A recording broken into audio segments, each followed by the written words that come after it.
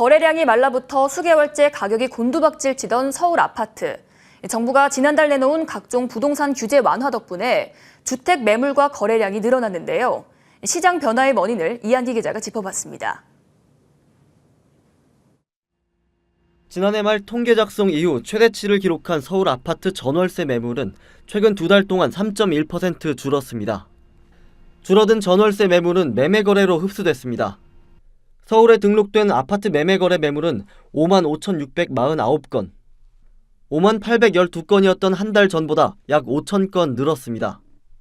지난달 정부가 1.3 대책을 통해 지금껏 시장을 옥죄고 있던 부동산 규제를 대폭 완화한 이후 시장 분위기가 조금씩 변하고 있는 겁니다. 서로 관망 추세들도 있다 보니까 내놓으시는 분들은 아예 비싸게 내놓는 건 사실 보진 않고요. 예전 가격보다는 좀 어느 정도 몇 억이 빠졌으니까 그 정도면 괜찮겠다 하고 이제 요즘 애들 좀 보시는 거죠. 근데 이제 또 하나씩 또 거래가 나는 거고 요즘에 그렇죠. 늘어난 매물과 함께 서울의 아파트 거래량도 늘어나고 있는 추세입니다. 송파구의 헬리오시티는 올 들어 매매 거래만 40건 이뤄졌습니다. 지난해 말까지 4달 동안의 거래량보다 많습니다. 송파구 파크리오 아파트도 올해 28건의 거래를 기록하며 지난해 6월부터 12월까지 7개월 동안의 거래량을 2달도 안 돼 넘어섰습니다.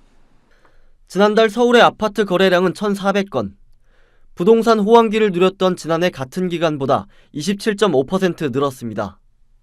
전문가들은 이 같은 흐름을 바닥 신호라고 해석하기에는 아직 무리가 있다는 입장입니다. 지금보다 거래량이 더 받쳐줘야 한다는 겁니다.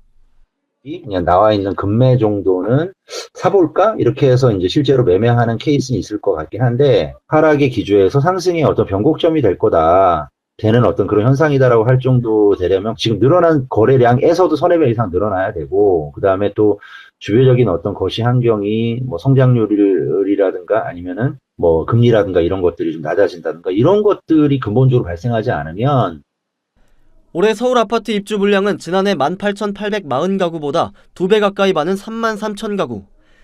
늘어난 공급량만큼 가격 하락 압력에서 벗어나기는 힘들 거라는 전망입니다. 머니투데이 방송 이한기입니다.